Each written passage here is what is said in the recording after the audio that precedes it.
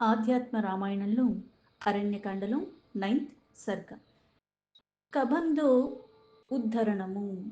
కబంధుడన్న రాక్షసుని ఉద్ధరించే ఘట్టం ఇక్కడ చెప్పబడింది.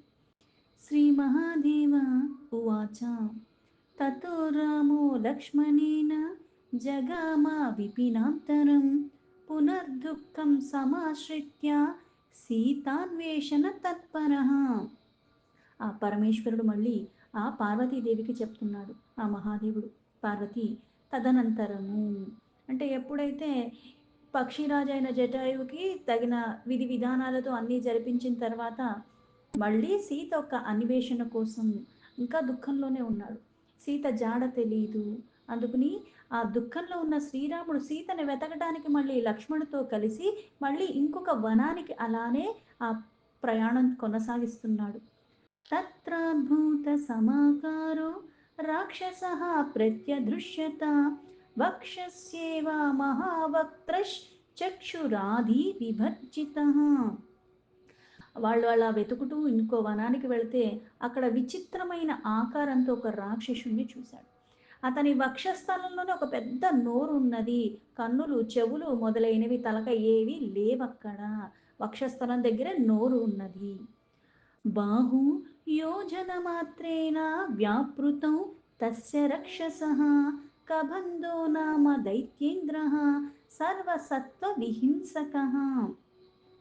ఆ రాక్షసుడు భుజాలు అంటే ఒక చెయ్యి అంతుందంటే ఒక్కొక్కటి ఒక యోజన దూరం అంటే ఒక్కొక్కటి 13 కిలోమీటర్ల వరకు అంత పెద్ద చేతులు ఉన్నాయి, విస్తరించి ఉన్నాయి. అతడు సమస్త జీవరాశుల్ని హింసిస్తున్నాడు. ఈ రాక్షసుడి పేరు కబంధుడు. ఈయన రాక్షస రాజు. తద్బాహ్వోర్ మధ్యదేశీతో చరంతో రామలక్ష్మణో దదర్శాతుర్మహాసత్వం తద్బాహు పరివేష్టితం. ఒక యోజన దూరం ఉంది. ఇప్పుడు మనకి ఏదన్నా సరే చిన్నపిల్లల్ని ఇట్లా మన చేతుల్లో పట్టుకున్నప్పుడు వాడికి తెలుస్తుంది మనం పట్టుకున్నామని. ఎందుకంటే మన చేతులు పెద్దగా ఎంతో ఉండవు. కానీ ఒక యోజన దూరం ఉన్న బాహువులు కలిగి ఉన్నవాడంటే ఆ చేతుల్లో మనం ఎప్పుడు వెళ్ళిపోయాం అన్నది మనకి తెలీదు. తను చేతుల్ని బాగా దగ్గరికి తీస్తే తప్పితే మనకి ఈ చేతులు ఆ ఆకారం కనిపించవు. అయితే ఇక్కడ ఆ బాహువుల్లో మధ్యలో ఉన్నారు ఈ రామలక్ష్మణులు.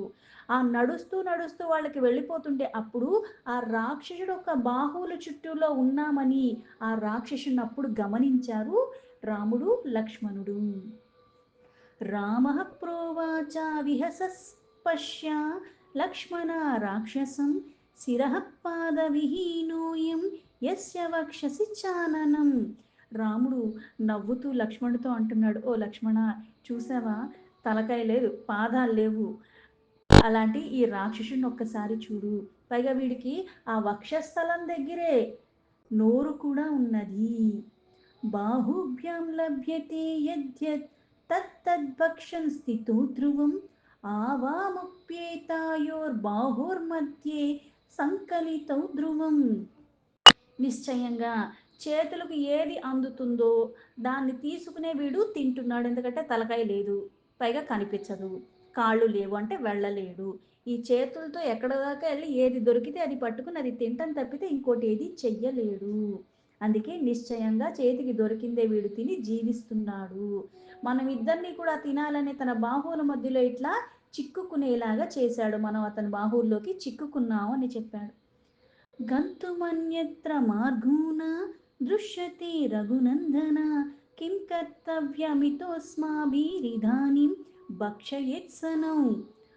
రఘునందన, బయటపడే మార్గం కనిపించట్లేదు, ఎందుకంటే ఆ చేతుల్లో చిక్కుకుని ఉన్నాము. ఏం చెయ్యాలి ఇప్పుడు, లేకపోతే మనల్ని వీడు తినేస్తాడు అని. లక్ష్మణస్తమువాచేదం కిం విచారేణ రాఘవ ఆవామేకేకమవ్యగ్రౌ చింధ్యావాస్య భుజౌ ధ్రువం. అంతటా లక్ష్మణుడు, ఇందులో ఎక్కువ ఆలోచించటానికి ఏముంది, మన ఇద్దరం కూడా చాలా జాగ్రత్తగా ఉండి ఏ చేతులతో అయితే బంధించేసాడో ఆ చేతుల్ని ఖండించేస్తే ఒక్కసారిగా మన పని అయిపోతుంది అని. తదేతి రామ ఖడ్గేన భుజం దక్షిణమచ్చినత్ తథైవ లక్ష్మణో వామం చిచ్చేద భుజమంజస. ఆ బాహువుల్లో చిక్కుకున్నారు గాబట్టి వెంటనే ఇద్దరు అదే మాట మీద ఉండి, రాముడు తన ఖడ్గాన్ని తీశాడు, లక్ష్మణుడు తన ఖడ్గాన్ని తీశారు. కుడి భుజం ఒకళ్ళు, ఎడమ భుజం ఒకళ్ళు అన్నట్టుగా ఒక్కసారిగా అనాయాసంగా అంటే చాలా సునాయాసంగా ఇద్దరు ఆ బాహువుల్ని నరికేశారు. తతో అతివిస్మితో దైత్యః కవ్యువాం సురపుంగవౌ మద్బాహుచ్ఛేదకౌ లోకే దివి దేవేషు వా కుతః. ఆ బాహువులు నరికేయంతంతోనే ఆశ్చర్యానికి లోబడిన ఆ రాక్షసుడైన కబంధుడు, అసలు మీరెవరు? మీరు దేవశ్రేష్ఠులా? ఈ లోకంలో నా బాహువుల్ని ఖండించిన వారు ఎవ్వరూ లేరు. దివి నుంచి భువికి వచ్చి మీరే చేసి ఉంటారు. అందుకే మీరు దేవతలు కారు కదా అని అడిగాడు. తతో అబ్రవీత్తः సన్నేవ రామో రాజీవలోచనः అయోధ్యాధిపతిః శ్రీమాన్ రాజా దశరథో మహాన్. మీరెవరు అని అడిగాడు కాబట్టి రాముడు మళ్ళీ ఆ కమలనయనుడు ఈ చిరునవ్వు చిందిస్తూనే అతనికి ఇలా సమాధానం చెప్తున్నాడు. అయోధ్యాధిపతి అయిన దశరథ మహారాజు ఉన్నాడు. రామోహం తస్య పుత్రోऽసౌ భ్రాతా మే లక్ష్మణः సుధీః మమ భార్య జనకజా సీత త్రైలోక్య సుందరి. ఆ అయోధ్యాధిపతి అయిన దశరథ మహారాజు ఆయన ఒక్క పుత్రుడైన రాముణ్ణి నేను. ఇతడు నా తమ్ముడు. ఇతని పేరు లక్ష్మణుడు. మంచి బుద్ధిమంతుడు. అలాగే జనక మహారాజు యొక్క కూతురైన సీత త్రిలోక సుందరి ఆవిడ నా భార్య అని చెప్పాడు. ఆవాం మృగయయా యాతౌ తథా కేనాపి రక్షసా నీతాం సీతాం విచిన్వంతౌ చాగతౌ ఘోరకాననే. మేము వేటకై బయటికి వెళ్ళిన సమయంలో ఎవరో ఒక రాక్షసుడు వచ్చి నా భార్య అయిన సీతను అపహరించుకుని వెళ్ళిపోయాడు. ఆమెను వెతుక్కుంటూనే మేము ఈ అడవిలోకి వచ్చాము అని చెప్పాడు. బాహువ్యాం వేష్టితావత్ర తవ ప్రాణా రిరక్షయ చిన్నౌ తవ భుజౌ త్వం చ కో వా వికట రూపదృక్. ఇంతలో నేను ఇలా వెతుక్కుంటూ మేమిద్దరం వస్తే నువ్వు నీ బాహువులతో మమ్మల్ని చుట్టుముట్టేశావు. మా ప్రాణాల్ని రక్షించుకోవటానికి మేము నీ భుజముల్ని ఖండించేశాము. ఇంతకీ నువ్వెవరవి? ఈ వికార రూపం నీకెలా కలిగింది అని రాముడు ఆ కబంధుణ్ణి అడిగాడు. కబంధ ఉవాచ ధన్యోహం యది రామస్త్వమాగతోసి మమాంతికం పురా గంధర్వరాజోహం రూపయవ్వన దర్పితః. కబంధుడు తన వృత్తాంతాన్ని రాముడికి ఇలా చెప్తున్నాడు. నీవు రాముడివే అయితే నా వైపుకి పైగా నువ్వే రావటం వల్ల నేను నిజంగానే ధన్యుణ్ణైపోయాను. పూర్వము నేను యవ్వనంలో ఉన్నాను. పైగా మంచి రూపం కలిగి ఉన్నవాడిని. దాని ద్వారా నేను గర్వానికి లోబడ్డాను. నేను గంధర్వుణ్ణి అని చెప్పాడు. విచరన్ లోకమఖిలం వరనారీ మనోహరః తపసా బ్రహ్మణో లబ్ధం వధ్యత్వం రఘుత్తమ. ఈ గర్వ కారణంగా రఘుత్తమ బ్రహ్మచే అంటే ఇక్కడ ఎవరి చేతుల్లో కూడా వధించబడలేనట్టుగా అట్లాంటి వరాలు కూడా అంటే ఒక పక్క అందం ఉంది, యవ్వనంలో ఉన్నాడు, గంధర్వుడు. దానికి తగ్గట్టుగా ఎవరి చేతుల్లో కూడా మరణం లేని అటువంటి వరం పొంది ఉన్నాడు. ఇలా వరం పొంది ఇంకా ఉత్తమమైన స్త్రీలందరితో కూడా నేను చక్కగా విహరిస్తూ సర్వలోకాలు కూడా సంచరిస్తూ ఉన్నాను నేను. అష్టావక్రం మునిం దృష్ట్వా కదాచిదహసం పురా క్రుద్ధో సావాహ దుష్టత్వం రాక్షసో భవధున్మతే. ఇలా నేను అన్ని లోకాలు సంచరిస్తూ ఉన్నప్పుడు ఒకానొక రోజు నాకు అష్టవక్ర అన్న మహర్షిని చూశాను. పైగా చూసి ఊరుకున్నానా, గర్వానికి లోబడి ఉన్నాడు అందుకుని ఆయన్ని అపహసించాను. ఆయనకి కోపం వచ్చి ఆగ్రహించి దుష్టుడా ఓ దుర్మతి నీవు రాక్షసుడు అయిపో అని నన్ను శపించాడు. అష్టావక్రః పునః ప్రాహ వందితో మే దయాపరః శాపస్యంతం చ మే ప్రాహ తపసా ద్యోతితత్ప్రభః. వెంటనే నేను ఆయన పాదాల మీద పడిపోయి ఆయనకి నమస్కరించి ఆయన్ని ప్రార్థించాను. మళ్ళీ దయాపరుడైన ఆ అష్టవక్రుడే మళ్ళీ నన్ను అనుగ్రహించి తపస్సుతో లభించిన గొప్ప వర్చస్సుచే వెలిగేడి అతడు శాప విమోచనంకి ఈ విధంగా మళ్ళీ నాకు చెప్పాడు. త్రేతాయుగే దాశరథిర్భూత్వా నారాయణః స్వయం ఆగమిష్యతి తే బాహు చిత్యేతే యోజనాయతో. శాపం ఇచ్చిందే కాకుండా మళ్ళీ అనుగ్రహించిన వాడే ఓరి రాక్షస, నీకు మళ్ళీ త్రేతాయుగంలో ఆ శ్రీమన్నారాయణే దాశరథుడొక్క పుత్రుడుగా వచ్చి నీ యోజన పొడవు గల ఆ బాహువుల్ని నరికి వేస్తాడు అని చెప్పాడు. తేన శాపద్వినుర్ముక్తో భవిష్యసి యథా పురా ఇతి శప్తోహమత్రక్షం రాక్షసిం తనుమాత్మనః. శాపం ఇవ్వటమే కాకుండా మళ్ళీ శాప విమోచన కూడా చెప్పాడు ఆయన. అయితే ఇప్పుడు నీవు ఆయన వచ్చి నీ బాహువులు నరికివేసిన తర్వాత శాప విముక్తిని పొందుతావు. ఈ విముక్తి పొంది పూర్వ రూపాన్ని కూడా పొందుతావు అని చెప్పాడు. అతని శాపం కారణంగానే నేను ఈ రాక్షస రూపాన్ని పొందాను అని చెప్పాడు కబంధుడు. కదాచిద్దేవరాజన్ మప్యద్రావామహం వృషా సోపి వజ్రేణ మాం రామ శిరో దేశోప్యతాడయత్. ఓ రామ, నేనొక్కసారి రోషంతో దేవరాజైన ఇంద్రుడి వైపుకు కూడా పరిగెట్టాను. అతడికి కోపం వచ్చి నా శిరస్సుపై తన వజ్రాయంతో ఒక్క దెబ్బ కుట్టాడు. తథా శిరోగతం కుక్షిం పాదౌ చ రఘునందన బ్రహ్మదత్తా వరాన్ మృత్యుర్ నా భూన్మి వజ్రతాడనాత్. పైగా మరణం లేని వరం కూడా పొంది ఉన్నాడు. అందుకని వీళ్ళు ఆగ్రహంతో వీళ్ళు కొట్టినప్పుడు దాని కారణంగా మళ్ళీ కొన్ని కొన్ని నష్టాలు తనకి జరుగుతున్నాయి. ఎప్పుడైతే ఇక్కడ ఇంద్రుడి మీద ఆగ్రహంతో తన వైపుకి వెళ్ళినప్పుడు ఆగ్రహించి తన వజ్రాయుధంతో ఒక్క దెబ్బ మోదాడు. రామ, ఆ వజ్రాయుపు దెబ్బకి నా శిరస్సు నా పాదాలన్నీ నా పొట్టలోకి, ఇప్పుడు ఎలా అయితే పైనుంచి ఒక వస్తువుని గట్టిగా కిందకేసినప్పుడు కిందవి లోపలికి వెళ్ళిపోతాయి, పైది కూడా లోపలికి వెళ్ళిపోతుంది. అలాగే ఈ యొక్క కబంధుడి శరీరం తలకాయ లోపలికి వెళ్ళిపోయింది, కాళ్ళు కూడా లోపలికి వెళ్ళిపోయాయి. నా శిరస్సు నా పాదాలు నా పొట్టలోకి చొచ్చుకుని పోయాయి. కానీ బ్రహ్మ ఇచ్చిన వరప్రభావంతో నేను మరణించలేదు. ముఖాభావే కథం జీవే దయమిత్యామరాధిపం ఊచుః సర్వే దయావిష్టా మాం విలోక్యాస్యవర్చితం. నోరు లేని నన్ను చూసి దేవతలు మళ్ళీ దయార్ద్ర హృదయంతో ఇతడు పాపం నోరు లేకపోతే బ్రతకలేడు అని దేవతలందరూ కలిసి మళ్ళీ ఇంద్రుడికి విన్నవించారు. తతో మాం ప్రాహ మఘవ జఠరే ముఖం భవేత్ బాహుతే యోజనాయామో భవిష్యత ఇతో వ్రజ.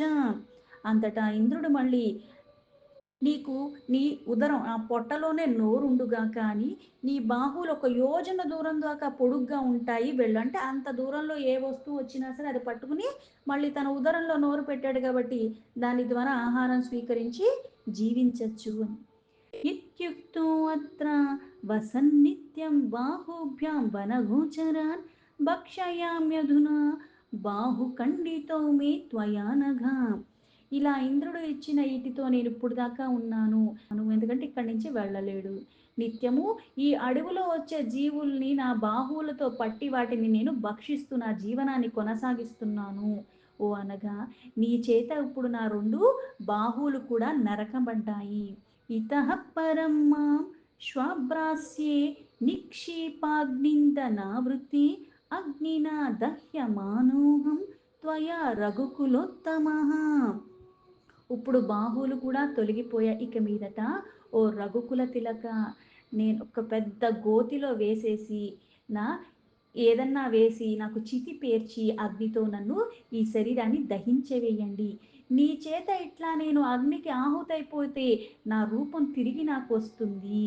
అలాగే అంటే ఇక్కడ నీ ద్వారా నాకు ఈ శాప విమోచన జరగాలి కాబట్టి నాకు మరణం లేదు అన్న వరాన్ని పొంది ఉన్న కారణంగా నా శరీరంతో నువ్వు అక్కడ దహన సంస్కారం నాకు చేసేసాయి. అప్పుడు మళ్ళీ నాకు నా పూర్వరూపం ఇవన్నీ నాకు లభిస్తాయి అని చెప్పాడు. పూర్వరూపమనుప్రాప్య భార్యామార్గం వదామితి ఇత్యుక్తి లక్ష్మణేనాసు శ్వభ్రం నిర్మయా తత్రతం. నా పూర్వం నాకు లభిస్తే అప్పుడు మళ్ళీ నేను నీ భార్య తిరిగి నీకు లభించాల్సిన ఉపాయాలు ఆ విధానాలన్నీ చెప్తాను అని కబంధుడు చెప్పాడు రాముడికి. రాముడు లక్ష్మణు చేత అక్కడ ఒక పెద్ద గోతిని ఏర్పాటు చేయించాడు. నిక్షిప్య ప్రాదహత్ కాష్టేస్తతో దేహాత్ సముత్థితః కందర్ప సదృశాకారః సర్వాభరణ భూషితః. కబంధుడి దేహంను అందులో పడవేసి ఆ గోతిలో మళ్ళీ దానికి కావాల్సినట్టుగా చెక్కలు అన్నీ పేర్చి అంత పెద్ద శరీరం కావాలంటే దానికి తగ్గట్టుగా అవన్నీ వేయాలి. అవన్నీ నింపి అగ్నితో దహింపవేసేలాగా అవన్నీ చేశారు. అంతటా అతని దేహం నుంచి సర్వ ఆభరణాలు విభూషితుడైన ఒక మన్మథంతో మించిపోయిన ఒక అందరమైన రూపంతో ఒక సుందరమైన ఆకారం ఒక్కటి బయటికొచ్చింది అందులోంచి. రామం ప్రదక్షిణం కృత్వా సాష్టాంగం ప్రణిపత్య చ కృతాంజలిరువాచేదం గదయా గిరా. ఆ రూపం ఏదైతే వచ్చిందో రాముడికి ప్రదక్షిణ పూర్వకంగా సాష్టాంగ దండ ప్రణామాలు అన్నీ ఆచరించి నమస్కరిస్తూ భక్తిభావంతో పొంగి పొర్లుతూ ఆ వణికిపోతున్న స్వరంతో రాముడితో ఇట్లా అంటున్నాడు. గంధర్వ ఉవాచ స్తోతుముత్సహతే మేధ్య మనోరామాతి సంభ్రమాత్ త్వామనంతమనాద్యంతం మనోవాచామగోచరం. అప్పుడు ఆ గంధర్వుడు రాముణ్ణి ఇలా స్తుతిస్తున్నాడు. ఓ రామా, అత్యంత ఆశ్చర్యకరము, నేడు నా మనస్సు నిన్ను స్తుతించాలని ఉత్సాహంతో ఉరకలు వేస్తుంది. నువ్వు అనంతుడివి, ఆది అంతము లేనివాడివి, మనస్సుకి వాక్కుకి కూడా అందని దీన్నే మనకి ఉపనిషత్తుల్లో కూడా చెప్తారు తైత్రీయంలో. యతో వాచా నివర్తంతే అప్రాప్య మనసా సహా. దీన్నే తేలికపాటిగా భగవద్గీతలో ఇంతకుముందు శ్లోకంలో కూడా చెప్పబడింది. ఏమని?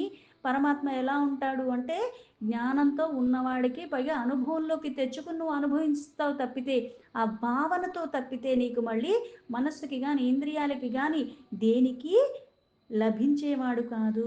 కంటికి గోచరించని వాడు పరమాత్మ.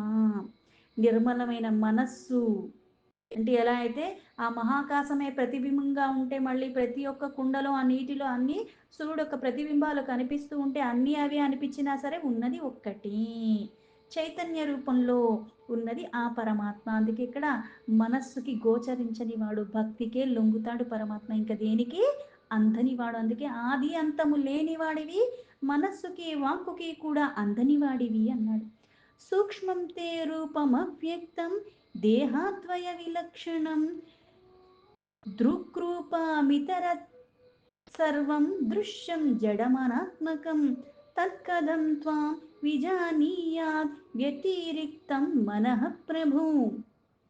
ప్రభు, విరాటమైన హిరణ్యగర్భ పదములతో చెప్పబడే దేహద్వయము కన్నా వాస్తవికముగా, అంటే ఇక్కడ దేహంలా కనిపిస్తాడు. ఎలా అయితే సర్వము పరమాత్మే, పైగా ఉన్నదన్నీ కూడా మనిషి కావచ్చు, జీవి కావచ్చు, ఇంకోటి మృగం కావచ్చు, ఏదైనా సరే అన్నిట్లో మళ్ళీ ఉన్నది పరమాత్మ. అయితే మళ్ళీ ద్వంద్వంగా కనిపిస్తాడు, దేహాలు దాస్తున్నట్టుగా అనిపిస్తాడు, కానీ వాస్తవానికి జ్ఞానమయం సచ్చిత్ ఆనంద స్వరూపం. ఈ ఆనందం ఏంటి అంటే అసలైన పరమ సత్యం ఏమిటి అంటే ఉన్నది పరమాత్మ. దానికి మించింది, దానికి వ్యతిరేకంగా ఏదీ లేదు వాస్తవానికి. అందుకే ఇక్కడ జ్ఞాన స్వరూపము. ఈ జ్ఞానం ఎలాగా ఉందంటే కనిపించండి, అందుకని సూక్ష్మము, సూక్ష్మతర అంటారు. యోగుల సైతముకి కూడా తెలియరానిదై దానికి భిన్నంగా ఈ దృశ్యమాన ఏదైతే కనిపిస్తున్నాయో ఇవన్నీ మళ్ళీ భ్రమలకి లోబడేలా చేస్తాయి. అందుకే కనిపించే వాటికి ప్రలోభ పడకుండా నువ్వు నిశ్చలంగా ఉండాలి.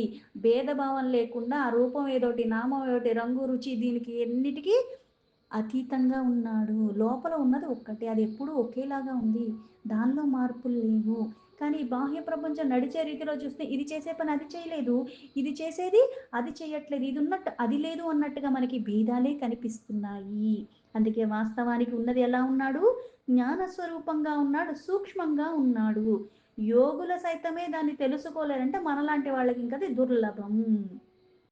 సులభం కాదు, దుర్లభం. అంటే కాస్త ప్రయత్నం ఎక్కువ చేయాల్సి వస్తుంది, ఇంకా గట్టిగా పట్టుకోవాల్సి వస్తుంది. అందుకే ఇది అన్నిటికీ ఈ దృశ్యమాన ప్రపంచానికి భిన్నంగా ఉంటాడు. ఇదంతా కూడా జడము, ఇది శాశ్వతమైనది కాదు, ఇది అనాత్మకము. అందుకే నీకంటే వేరనేది ఏదీ లేదు, కాకపోతే అన్నీ వేరువేరుగా అనిపిస్తూ ఉంటాయి. దేనికి? ఈ మనస్సుకి. ఎలా అయితే మనకి 5 కోశాలు అంటారు, అంటే ఈ శరీరం 5గా చేస్తారు. అన్నమయ్య కోశం అంటే ఏదైతే ఆహారాన్ని తీసుకున్నా ఈ ఫిజికల్ బాడీ, ఈ స్థూల శరీరము. దీని తర్వాత ప్రాణమయ కోశ అంటారు, ప్రాణదేహము. లోపల ప్రాణం అన్నది ఆ వాయు రూపంలో ఉంది కాబట్టి జీవించున్నాం. అది వెళ్ళిపోయిందంటే ఈ శరీరం ఉంది నాకు, కాకపోతే ఏవి పని చేయకుండా ఉంటా, ఒక జడంలాగా ఉంటాను. దాని లోపల ఉన్నది మనోమయ కోశ, మానసిక దేహము. దాని లోపలున్నది విజ్ఞానమయ అంటే బుద్ధి దేహము. దాని లోపలున్నది ఆనందమయ దేహం. ఇలా 5 దేహాలనొచ్చు, కోశాలనొచ్చు. అందుకే ఇవన్నీ కూడా మళ్ళీ ఒకదాన్నొకటంటే నువ్వు అన్ని ఉల్లిపాయ పొరలు తొలగినట్టుగా మనలో అజ్ఞానమన్న అంధకారాలు తొలగిపోతే, ఆ వాస్తవాన్ని గ్రహించే స్థితిలో ఉంటావు. ఈ బుద్ధి ఆ పరమాత్మ యందు స్థిరత్వంతో ఉంటుంది. లేకపోతే చంచలత్వంతోనే ఉంటాయి. కాసేపిది, కాసేపది అన్నట్టుగా మళ్ళీ ఏది చెయ్యాలో, ఏది చెయ్యకూడదన్న విచక్షణ లేకుండా యుక్త, అయుక్త, విద్య, అవిద్య, అధర్మ వ్యత్యాసం తెలియకుండా పోతూ ఉంటుంది. అందుకే నువ్వే ఉన్నది. నీకైనా వేరైనది ఏదీ లేదు. అందుకే మనస్సుకి నువ్వు ఎలా తెలుస్తావు? ఆ మనస్సు నిన్ను తెలుసుకోలేని స్థితిలో ఉన్నావు. ఎందుకంటే అజ్ఞానం అన్న అంధకారంలో ఉన్నావని చెప్తున్నాడు కబంధుడు. దీంతో ఆధ్యాత్మ రామాయణంలో అరణ్యకాండలో 9th సర్గాలు 31 శ్లోకాస్ సంపూర్ణం.